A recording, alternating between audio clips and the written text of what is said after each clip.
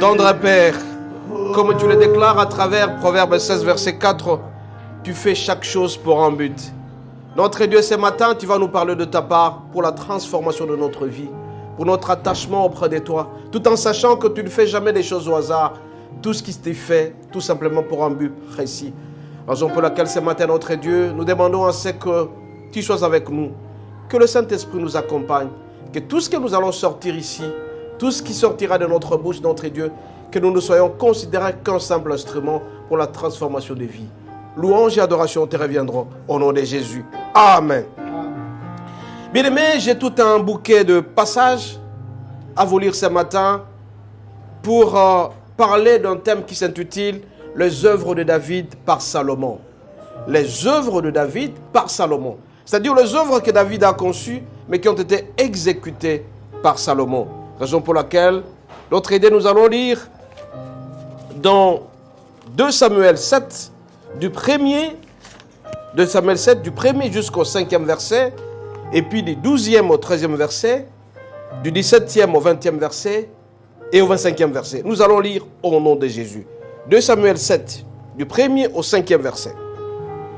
Lorsque le roi habita dans sa maison, et que l'Éternel lui donnait du repos, après l'avoir délivré de tous les ennemis qui l'entouraient, et il dit à Nathan le prophète, « Vois donc, j'habite dans une maison de cèdre, et l'arche de Dieu habite au milieu d'une tente. » Nathan répondit au roi, « Va, fais tout ce que tu as dans le cœur, car l'Éternel est avec toi. » La nuit suivante, la parole de l'Éternel fut adressée à Nathan. « Va dire à mon serviteur David, ainsi parle l'Éternel, et c'est toi qui m'as bâtiras une maison pour que j'en fasse ma demeure. » Nous allons verset 12, 12e au 13e verset. « Quand tes jours seront accomplis et que tu seras couché avec tes pères, j'élèverai ta postérité après toi. Celui qui sera sorti de tes entrailles, j'affermirai son règne. » Au verset 13, « Ça sera lui qui bâtira une maison à mon nom, et j'affermirai pour toujours le trône de son royaume. » Nous prenons le verset 25. « Maintenant l'Éternel fait subsister jusque dans l'éternité la parole que tu as prononcée sur ton serviteur et sur ta maison, et agis selon ta parole. » Nous continuons. Cette fois-là, nous allons prendre 1 Chronique 28. 1 Chronique 28. Nous allons lire au nom de Jésus. 1 Chronique 28 du 1er jusqu'au 6e verset. Nous lisons. David convoqua à Jérusalem tous les chefs d'Israël, le chef des tribus, le chef des divisions au service de roi, le chef des milliers, le chef des centaines, ceux qui étaient en charge de tous les biens et tous les troupeaux du roi et auprès de ses fils, les eunuques, les héros et tous les hommes vaillants.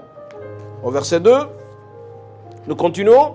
Le roi David s'éleva sur ses pieds et dit, « Écoutez-moi, mes frères et mon peuple. J'avais l'intention de bâtir une maison du repos sur l'arche de l'alliance de l'Éternel et pour le marchepied de notre Dieu, et je me préparais à bâtir. Mais Dieu m'a dit, tu ne bâtiras pas une maison à mon nom, car tu es un homme de guerre et tu as versé du sang.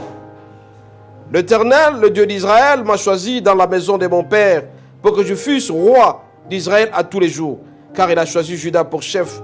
Il a choisi la maison de mon père dans la maison de Juda, et parmi les fils de mon père, c'est moi qu'il a voulu faire régner sur tout Israël. Entre tous mes fils, car l'Éternel m'a donné beaucoup de fils, il a choisi mon fils Salomon pour le faire asseoir sur le trône du royaume de l'Éternel sur Israël. » Nous allons au verset 11. Il est dit ceci. David donna à Salomon son fils le modèle de portique et des bâtiments des chambres du trésor, des chambres hautes, des chambres intérieures et des chambres des propitiatoires. Il lui donna le plan de tout ce qu'il avait dans l'esprit, touchant le parvis de la maison de l'Éternel et toutes les chambres alentour pour les trésors de la maison de Dieu et les trésors du sanctuaire. Nous allons au verset 13. Et touchant les classes de sacrifice, le Lévite, tout ce qui concernait le service de la maison de l'Éternel et tous les ustensiles pour le service de la maison de l'Éternel. 14. Il lui donna les modèles de ustensiles d'or, avec poids de ce qu'il avait d'être d'or, pour tous les ustensiles de chaque service, et les modèles de tous les ustensiles d'argent, avec poids pour tous les ustensiles de chaque service. Il donnera le poids de chandeliers d'or et de lampes d'or, avec le poids de chaque chandelier et de ses lampes, et le poids du chandelier d'argent, avec le poids de chaque chandelier, et les lampes selon l'usage de chaque chandelier. Ça, c'est l'ordre. Il lui donna l'or du poids pour les tables de pain proposition, pour chaque table, et de l'argent pour les tables d'argent. Il lui donna les modèles de fourchettes, de bassins, de calices d'or, le modèle de coupe d'or, avec le poids de chaque coupe, et de coupe d'argent, avec le poids de chaque coupe. Verset 18. Le modèle de l'autel, de parfum, or apuré avec de poids. Il lui donna avec le modèle de char, du chérubin, d'or qui étend des ordres et couvre l'arche de l'alliance de l'Éternel. Verset 19.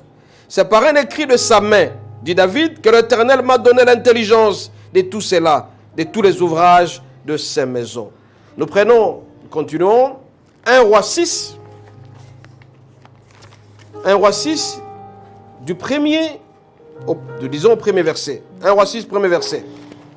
Ce fut la 488e année après la sortie des enfants d'Israël du pays d'Égypte que Salomon bâtit la maison de l'Éternel, la 4e année de son règne sur Israël, au mois de Ziph, qui est le second mois. Verset 37. C'est ainsi qu'il fit 10 bases. La fonte, la mesure et la forme étaient les mêmes.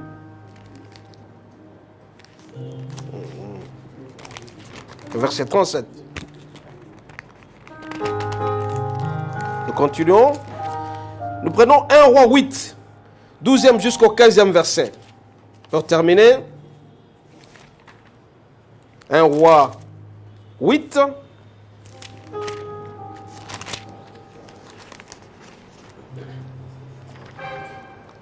Un Roi 8, 12e au 15e verset. 12e au 15e verset, nous allons lire au nom de Jésus. Alors Salomon dit, l'Éternel veut habiter dans l'obscurité. Je bâtis une maison qui sera ta demeure, un lieu où tu résideras éternellement. Le roi tourna son visage et bâtit toute l'assemblée d'Israël, et toute l'assemblée d'Israël était debout. Verset 15, il dit, béni soit l'Éternel, le Dieu d'Israël, qui a parlé de sa bouche à David, mon père, et qui a accompli par sa puissance ce qu'il avait déclaré en ces temps-là. Et si nous prenons verset 37, il est dit ceci, au verset 37, nous lisons au nom de Jésus, toujours dans 1 Roi 6, 1 Roi, oui voilà, nous continuons. Voilà, c'est tout un paquet de versets que nous avons pensé vous présenter pour vous dire que l'œuvre de David, la conception de David, est réalisée par Salomon.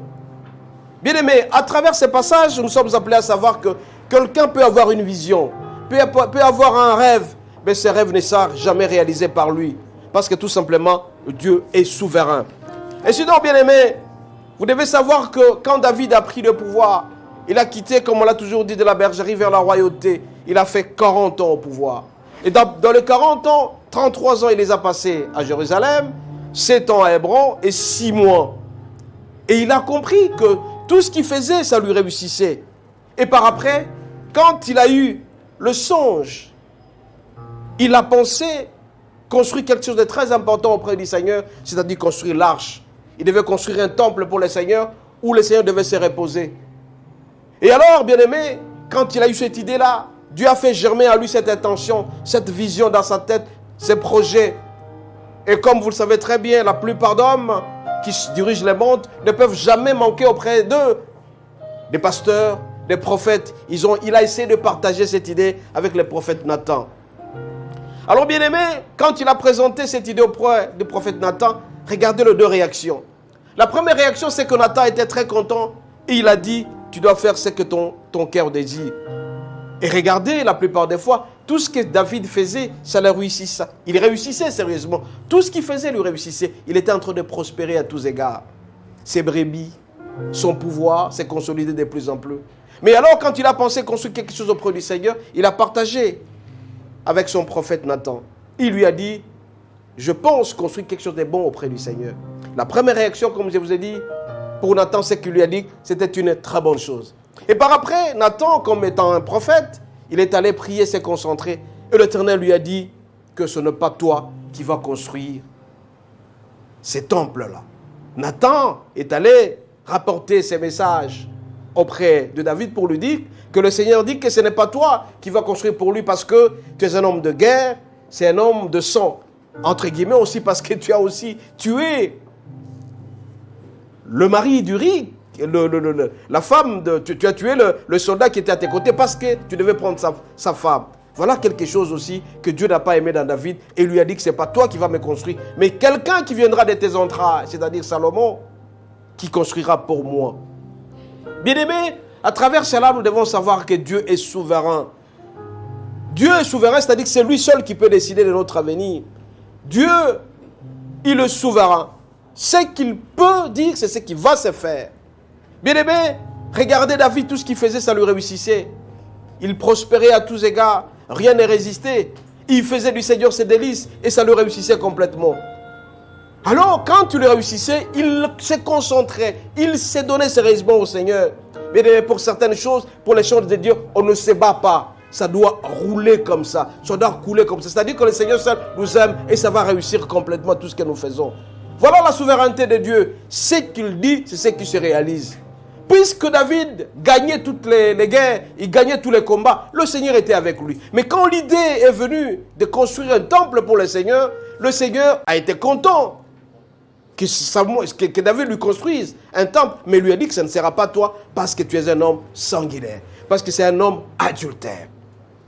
Voilà la souveraineté de Dieu. Il t'aime, mais il te dit certaines choses. Quand tu lui dis oui, c'est oui. Quand il dit non, c'est non. Ça s'appelle la souveraineté de Dieu. Nous devons aussi savoir aussi, bien aimé, que Dieu est transgénérationnel.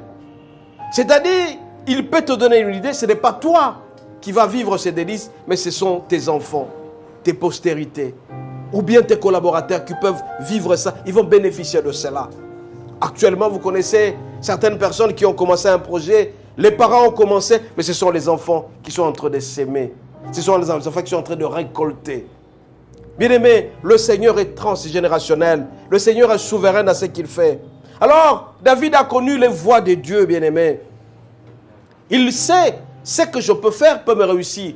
Et il sait se plier auprès du Seigneur. Alors, bien-aimé, quand il avait réalisé 33 ans au pouvoir, il a pensé construire quelque chose auprès du Seigneur. Parce qu'il a constaté que lui dormait paisiblement, mais l'arche du Seigneur était en dehors. L'arche du Seigneur était sous la tente et ce n'était pas intéressant pour lui. Et il a pensé qu'il devait faire du bien, c'est-à-dire construire un temple pour le Seigneur. Alors, bien aimé, il a donné certaines conditions pour que ce temple puisse exister. Il a donné les ustensiles. Vous avez vu un peu toutes les qualités possibles que j'ai citées à travers les différents versets qui devaient avoir des ustensiles, des fourchettes de toutes sortes en or et tout et tout. Mais le Seigneur lui a dit, c'est vrai, tu as une très bonne idée, mais ce n'est pas toi qui me construiras parce que tu es un homme sanguinaire. Bien aimé, nous devons aussi savoir à un certain moment, tout ce que nous faisons, nous payons toujours. Tout ce que tu fais, tu penses que tu commets un péché, tu ne vas pas payer ça, tu payeras toujours. Regardez ce que David a fait en prenant la femme d'autrui. Et il a pensé qu'on a oublié. Il a cherché à faire du bien auprès du Seigneur. Il dit, mais non, comme tu es un homme adultère, puisque tu as du sang entre tes mains, tu ne peux pas me construire ça. Raison pour laquelle, bien aimé, à un certain moment, l'obéissance est très importante dans notre vie. Nous sommes obligés de nous plier à un certain moment pour éviter des péchés. Parce que si nous commettons les péchés à un certain moment, nous nous adressons auprès du Seigneur, les mains sont rouges, les mains sont sales, les sont pleins de sang. Et le Seigneur n'écoutera pas notre prière. Nous sommes cupides, nous sommes adultères, nous faisons des choses qui ne plaisent pas auprès du Seigneur. Mais le Seigneur peut faire germer une très bonne idée en vous. C'est une bonne idée, un bon projet. Mais le Seigneur te dit que c'est un bon projet, mais ce n'est pas toi qui vas réaliser ce projet. Et ça, David en a connu. David a découvert la souveraineté de Dieu, bien-aimé. Tout ce qu'il faisait avant lui réussissait. Mais pour cette idée, le Seigneur était très content que cette idée soit là, c'est-à-dire la construction d'un temple, de l'arche pour le Seigneur. Mais il lui a dit, c'est vrai, c'est une bonne idée, mais ce n'est pas toi qui le feras. Bien-aimé, on ne force pas les choses de Dieu. Si le Seigneur t'a dit que tu seras serviteur, c'est vrai que tu le seras. Si ce n'est pas toi, alors ça sera ton fils ou tes enfants. Le Seigneur a dit que tu vas lui construire un temple. Il te donnera les moyens. Peut-être que ce n'est pas toi qui vas vivre sur ça. Ce sont tes enfants, tes collaborateurs qui pourront bénéficier. Voilà la souveraineté de Dieu. Bien-aimé, David a senti qu'il avait le pouvoir. Il vivait de très bonnes choses avec le Seigneur parce qu'il respectait le Seigneur. Mais sur ce plan-là, il a découvert la souveraineté de Dieu. Quand Dieu dit oui, c'est oui. Quand Dieu dit non, c'est non. Bien-aimé, quand le règne de David a commencé à s'affermir, il était devenu très très fort.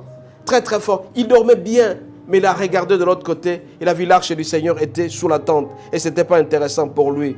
Alors il a recherché par tous les moyens. Il a recherché par tous les moyens à ramener l'arche du Seigneur en construisant. Vous voyez très bien que c'est Dieu qui a mis l'idée en David de construire. Mais Dieu lui dira, c'est vrai que cette idée-là, une bonne intention, mais ce n'est pas toi qui vas me construire. Combien de fois, bien-aimés, nous avons de très bonnes idées, mais nous partageons. Mais ce n'est pas nous qui allons bénéficier de ces avantages-là. Donc nous sommes appelés à nous sacrifier à un certain moment. C'est très important, bien-aimés. On peut commencer une église. On commence une église, ça commence à prospérer, mais c'est à ce moment-là qu'on commence à vieillir. Ce sont les autres qui commencent à bénéficier. Aujourd'hui, vous avez de grandes fondations d'églises, des gens qui ont conçu ces églises-là, ils n'ont fait seulement que 10 ans, 20 ans après, ils meurent. Ce sont les autres qui bénéficient. Et donc, c'est tout à fait normal pour vous dire tout simplement que Dieu est souverain. Dieu vous mettra toujours de très bonnes idées dans votre tête. Alors, quand vous priez, bien-aimés, ne manquez jamais à demander au Seigneur de vous accorder de très bonnes idées. Regardez la réaction de Nathan. Quand David a présenté l'idée de construire quelque chose pour le Seigneur, la première réaction, c'est que Nathan a encouragé David à construire, parce que c'était une très bonne idée. Parce qu'il savait très bien que tout ce que David demande, ça lui réussit. Mais deuxième réflexe, c'était le réflexe spirituel. Il est allé prier. Regardez la réaction du Seigneur face à cette idée-là. Le Seigneur était très content de cette idée. Mais il dira à Nathan, Nathan va dire à David, ce n'est pas lui qui va construire, mais c'est son fils qui va construire. Et regardez la réaction de David. David n'a pas discuté. Va dire à mon serviteur, ce n'est pas lui qui me construira le temple, mais c'est l'un de ses fils. Alors bien aimé, comment vous réagissez quand vous sentez que votre idée est mise à branle, quand votre idée n'est pas acceptée à un certain moment? Mais il y a des gens qui tiennent toujours mort du cul aux idées. Je ferai ça, je ferai ça. Mais regardez toujours la réaction du Seigneur. Raison pour laquelle, bien aimé, certains conseils spirituels sont très importants dans la vie de plusieurs gens. Vous augmentez, vous êtes élevé de plus en plus. C'est vrai qu'il faut avoir des conseillers juridiques, qu'il faut avoir des conseillers médicaux, qu'il faut avoir des conseillers ceci. Mais n'oubliez jamais, bien aimé, pour ceux qui sont insensés, d'avoir les conseillers spirituels. C'est très important. Un conseiller spirituel, ce n'est pas celui seulement qui viendra vous flatter. C'est vrai qu'il peut vous demander des dîmes et autres, mais c'est lui qui vous dit aussi la vérité. Et là, je m'adresse particulièrement à tous les serviteurs de Dieu. Qu'est-ce que vous donnez comme conseil à ceux qui sont élevés en dignité? Qu'est-ce que vous dites? Est-ce que vous les flattez toujours, même s'ils sont en perdition, ou soit vous cherchez des versets pour les plaire? Parce qu'à un certain moment, bien aimé, quand on est élevé, les gens cherchent toujours des versets, il faut faire plaisir à tel. Vous pouvez faire ça, c'est pas grave. Et pourtant, le Seigneur vous dit qu'il ne faut pas faire ça. Et donc, Nathan, qui était un prophète attaché à David, il est venu de lui dire que c'est une très bonne idée pour toi, mais ce n'est pas toi qui vas construire le temple pour le Seigneur, parce que tu es un homme de guerre, parce que tu es un homme sanguinaire. Qu'est-ce que nous disons à un certain moment quand les gens qui sont élevés en dignité, ils posent des problèmes auprès des spirituels, auprès des conseillers, mais il y a des gens qui ne font qu'amadouer. Ils disent que ce n'est pas un péché. Raison pour laquelle ce matin, bien-aimés, nous qui sommes serviteurs de Dieu, quand nous conseillons les hommes d'État, faisons tout pour dire la vérité. David a accepté la décision de Nathan. Sa réaction, c'est qu'il a été flexible. Parce que Nathan lui a dit, l'idée est bonne, mais ce n'est pas toi qui vas faire ça. Alors, il se pose la question, qu'est-ce que j'ai fait? Mais la réponse était claire, tu es un homme de guerre, tu es un homme sanguinaire. Alors, le Seigneur peut promettre, mais ne réalise pas, parce que tout simplement, il sait qu'il y a quelqu'un qui va réaliser à ta place. Bien aimé, à cela, nous devons savoir que le pouvoir de Dieu est toujours absolu. Le pouvoir, quand le Dieu dit oui, il dit oui. Quand il dit non, c'est non. Alors, il n'y a que Dieu seul qui a la capacité de s'imposer sur quelqu'un. il peut s'imposer à toi, quelles que soient les circonstances. Tu peux jeûner et prier. Parce que la décision que prend le Seigneur, c'est toujours pour un but poursuivi pour toi. Dieu sait ce qu'il fait. Dieu ne marchande jamais. Mais il sait pourquoi il te dit ça. Parce que quand il te donne un conseil, le Seigneur te dit, toi David, tu ne feras pas ça parce qu'il sait que tu as fait ça, tu as fait ça. Raison pour laquelle, bien aimés, nous sommes appelés à prendre du recul par rapport au péché de temps en temps.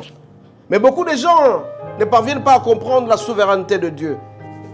Bien aimé, la souveraineté de Dieu n'est pas facile à comprendre. Elle n'est pas facile. C'est une notion très difficile à comprendre. Parce que c'est Dieu qui te donne cette idée-là. Et Dieu te dit que ce n'est pas toi qui vas réaliser.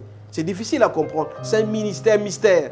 Mais nous sommes appelés à accepter toute décision de Dieu. Regardez David, qui avait très bonne idée de construire. Mais c'est le Seigneur lui dit que ce ne sera pas lui.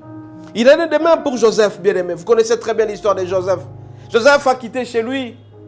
Il est allé juste voir ses frères. Mais il a été vendu. Vendu par ses frères. Et il s'est retrouvé subitement en Égypte, chez Potiphar. Et Potiphar a eu la grâce de bénéficier de l'aura, de ces champs magnétiques que Joseph avait parce qu'il était avec Dieu. Et Joseph s'est retrouvé jusqu'à la royauté. Il est devenu le numéro 2 de l'Égypte. Mais il n'a pas compris. Il avait notre projet. Mais ce projet passait par le Seigneur. C'est-à-dire que Dieu écrit droit avec des lignes courbes. On ne peut pas comprendre comment le Seigneur agit. Le Seigneur ne fait jamais les choses au hasard, bien-aimé. Dieu est seul souverain. Il s'impose à nous. Donc la notion de la souveraineté de Dieu, elle est difficile à comprendre. Si jamais tu es seulement spirituel, tu comprendras ce que le Seigneur veut. Et en lisant Genèse 45, verset 5, on vous dira que Joseph s'est retrouvé comme patron en Égypte. Il ne savait pas qu'il allait être là, parce que Dieu est tout simplement souverain. C'est pourquoi ce matin, bien-aimés, je vous en supplie, si le Seigneur vous dit oui, suivez le Seigneur du Seigneur. C'est ce que le Seigneur dit. Soyez toujours flexibles. Laissez Dieu agir dans votre vie. Laissez le Seigneur agir en vous. Ne laissez jamais que les autres puissent vous influencer négativement ou vos passions vous diriger. Bien-aimés, la parole de Dieu dit, soyons passionnés par l'esprit et non par la chair. Ceux qui sont beaucoup plus passionnés par la chair en fonction de leur projet échouent toujours. Bien-aimés, nous sommes appelés à nous attacher de plus en plus du Seigneur. Laissons le Seigneur nous guider seul parce qu'il est souverain, parce qu'il a cette capacité, cette force de le faire. Sans lui, nous sommes absolument rien, bien-aimés. David a compris que tout ce qui touchait avant, ça marchait, ça roulait. Mais arrivé à cette idée-là, alors qu'il avait déjà fait 33 ans au pouvoir, il a eu une très bonne conception d'idée, mais il ne pouvait pas l'exécuter parce que le Seigneur lui a dit non. Mais comme le Seigneur est transgénérationnel, il peut agir le long de toute la génération. Il lui a dit que ce ne sera pas toi, mais c'est l'un de tes fils. Aujourd'hui, vous voyez, nous avons plusieurs gens qui dirigent les nations. Ils ont été les enfants d'eux. Et pourtant, la conception était celle de papa. Vous savez, dans les entreprises où papa s'est battu pendant longtemps pour devenir directeur général et tout. Mais c'est le fils qui devient directeur général. Parce que tout simplement, le Seigneur est transgénérationnel. Nous avons donc l'obligation, bien-aimés, de nous attacher à lui, de marcher selon sa volonté, d'être flexible. La deuxième notion, bien-aimés, j'insiste, c'est la flexibilité. La flexibilité, c'est quoi? C'est d'accepter toutes les décisions du Seigneur. Quand le Seigneur vous demande de le servir et d'accepter ce qu'il vous dit, vous êtes obligé d'accepter la décision du Seigneur. Et comment accepter cette décision du Seigneur, bien-aimés? Il y a deux manières. La première manière d'accepter la décision du Seigneur, c'est de dire oui. Et la deuxième manière, en faisant des sacrifices. Sacrifices de louange. Et bien aimé, comment un homme comme David, alors que le Seigneur lui dit que ce n'est pas lui qui va réaliser cette arche, ce n'est pas lui qui va construire, mais il a dansé pour le Seigneur. Il a loué le Seigneur par rapport à cette décision-là. Bien aimé, je me rappelle, alors que nous sommes allés prêcher quelque part, un garçon était en train de faire un témoignage, je crois que c'est dans une église à Giringiri. Il a fait le test, il a échoué, mais il a loué le Seigneur. Donc bien aimé, quelle que soit la décision que vous trouvez, quelle que soit la décision que vous avez, si c'est la volonté de Dieu, vous êtes appelés à louer le Seigneur. Donc acceptez la décision du Seigneur par n'importe quelle manière. Vous êtes appelés à accepter. Alors, il y a des louanges qu'on appelle des louanges moins chères et des louanges très difficiles. Qu'appelle-t-on louange moins chère? Quand on fait une sorte de louange moins chère, c'est-à-dire que le Seigneur vous a fait quelque chose, il vous a donné du travail, il vous a donné à manger. Là, vous êtes en train de louer le Seigneur. Il vous a tout donné. Il vous a donné du travail. Et comme c'est le cas de nos collaborateurs, il vous a donné des voitures, il vous a donné une très belle femme. Vous êtes en train de louer le Seigneur. Ça s'appelle louange moins chère. C'est-à-dire tu reconnais la gratitude du Seigneur. Mais par contre, il y a des louanges très difficiles à faire. C'est-à-dire que le Seigneur vous dit que vous devriez me faire ça, mais ce n'est pas vous qui allez le faire. C'est difficile de le faire. Mais David a fait. David a loué le Seigneur. Il a chanté pour le Seigneur. Il a dansé pour le Seigneur. Quelle que soit la décision, vous aussi, bien-aimés, quand vous vous adressez au Seigneur et que le Seigneur vous dit non à un certain moment pour un projet, vous êtes appelés à louer le Seigneur, à dire merci au Seigneur en toutes circonstances. Parce que ce n'est pas facile. Mais vous devez dire seulement merci au Seigneur. Seigneur, merci parce que c'est votre volonté. Vous êtes flexible. Seigneur, vous ne faites jamais des choses au hasard. Tout ce que vous faites, ça réussit toujours. Bien-aimés, nous sommes appelés à accepter toute décision du Seigneur, quelles que soient les circonstances. David, le Seigneur lui a dit que ce n'est pas lui qui va le construire. Il avait un projet de construire l'arche, le temple pour le Seigneur, mais c'est Salomon qui l'a fait. Salomon a fait à sa place, bien-aimés. Voilà un peu les œuvres de David par Salomon. Les œuvres que David devait faire, mais c'est Salomon qui exécute, que les fils. Mais quand Dieu a opposé une résistance à David, mais David ne s'est pas fâché contre Dieu. Mais je connais des gens qui sont fâchés contre Dieu parce qu'ils ont prié pendant une année, ils n'ont pas reçu ce qu'ils cherchaient. Ils oublient que le Seigneur sait, si vous donne ça, vous allez droitement à la mort. Il y a des gens qui prient pour avoir 2 avions. Mais tu peux prier, mais 2 jours après, tu meurs.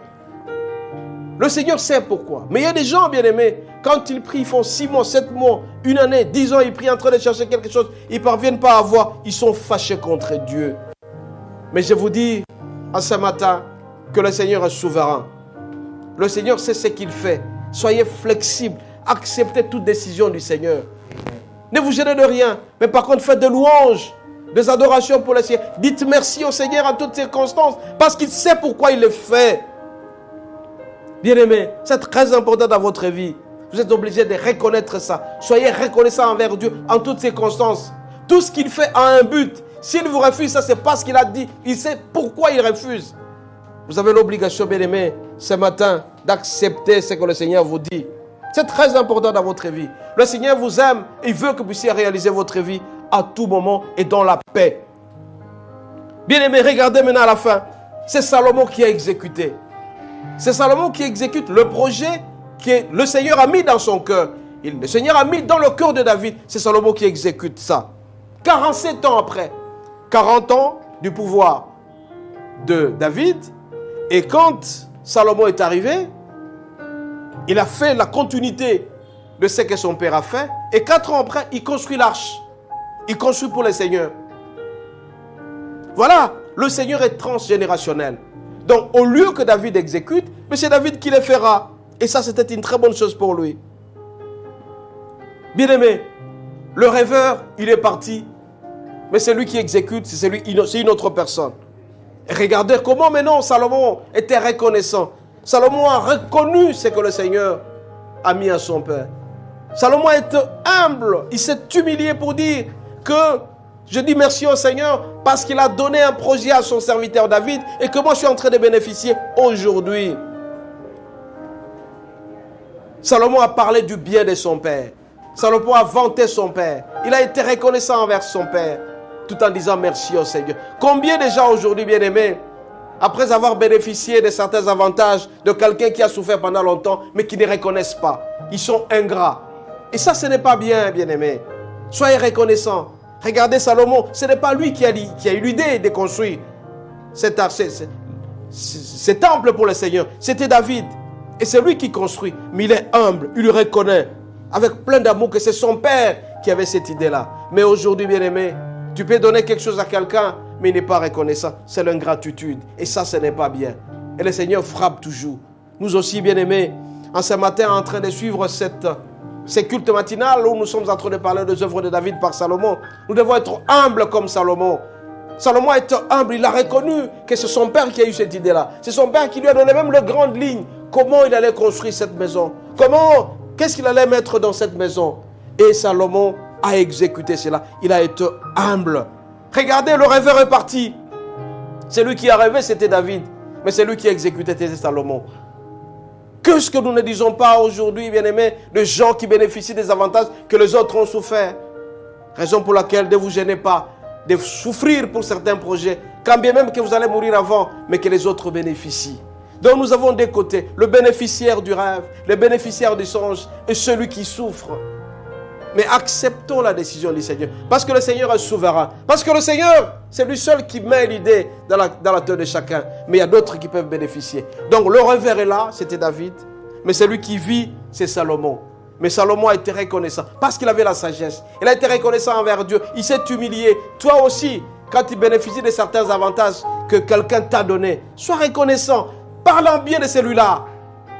Parlant bien, Salomon parlait en bien de son père. Il a vanté son père. Il était très content parce que son père lui a donné cette idée-là.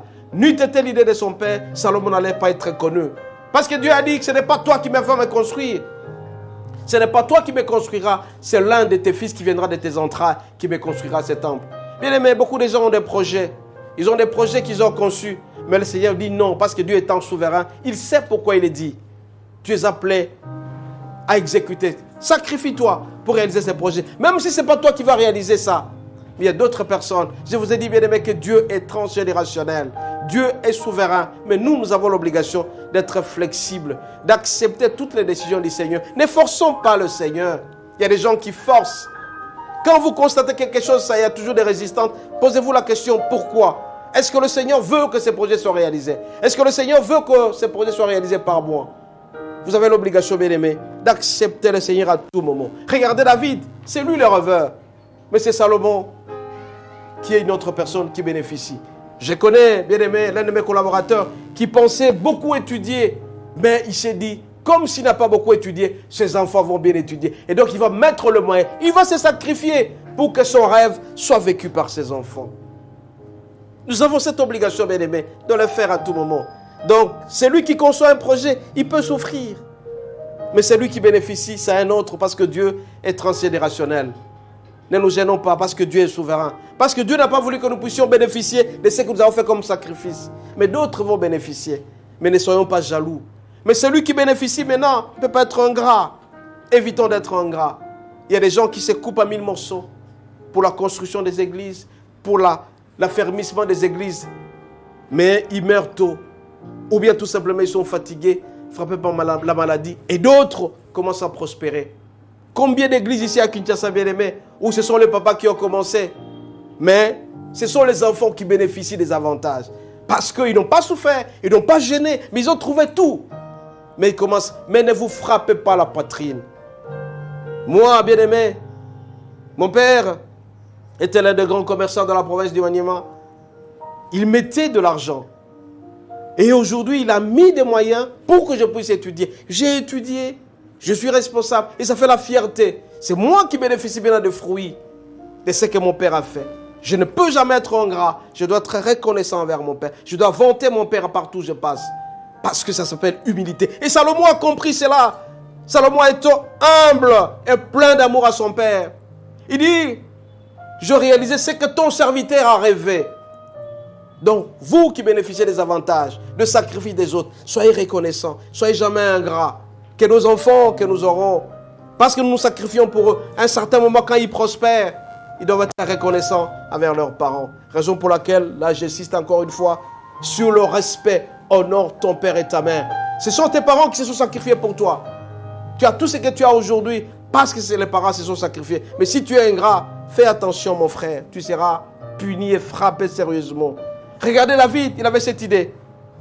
David, Dieu lui a mis l'idée de construire le temple, construire l'arche. Il avait cette bonne vision.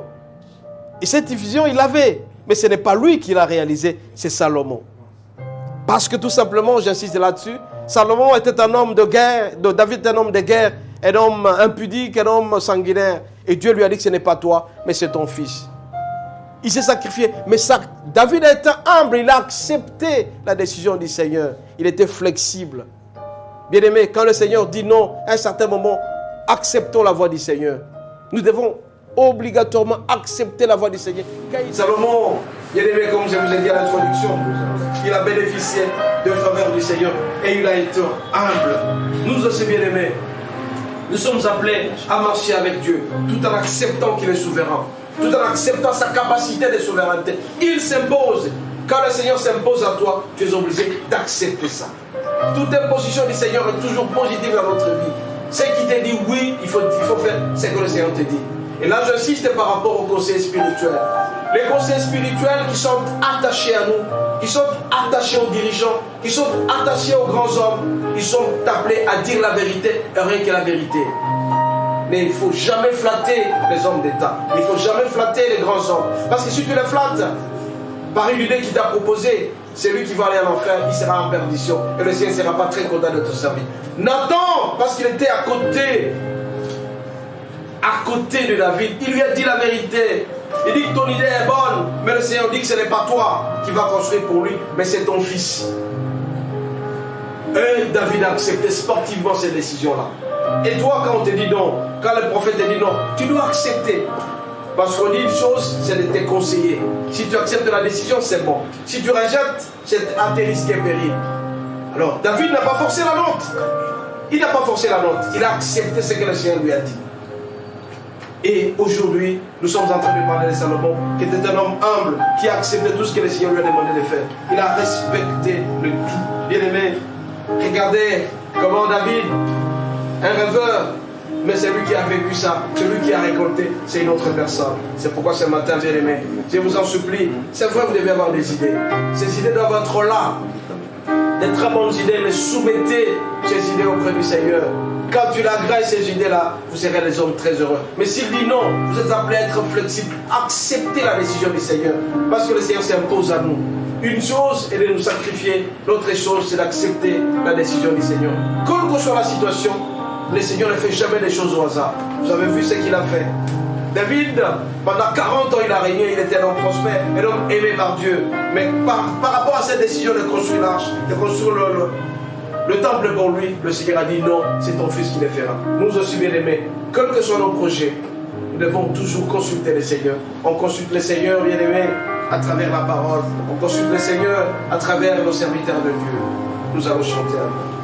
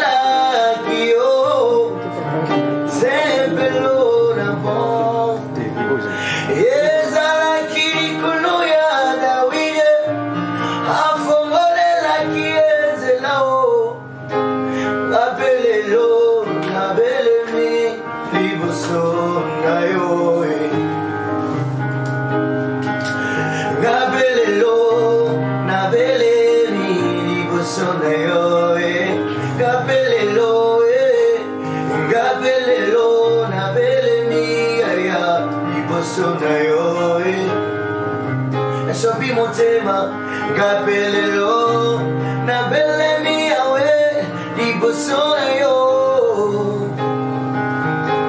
nalani mokirite nalani mabete na bele mi libosona moyo kilo sambo gapelelo na bele mi aya libosona yo.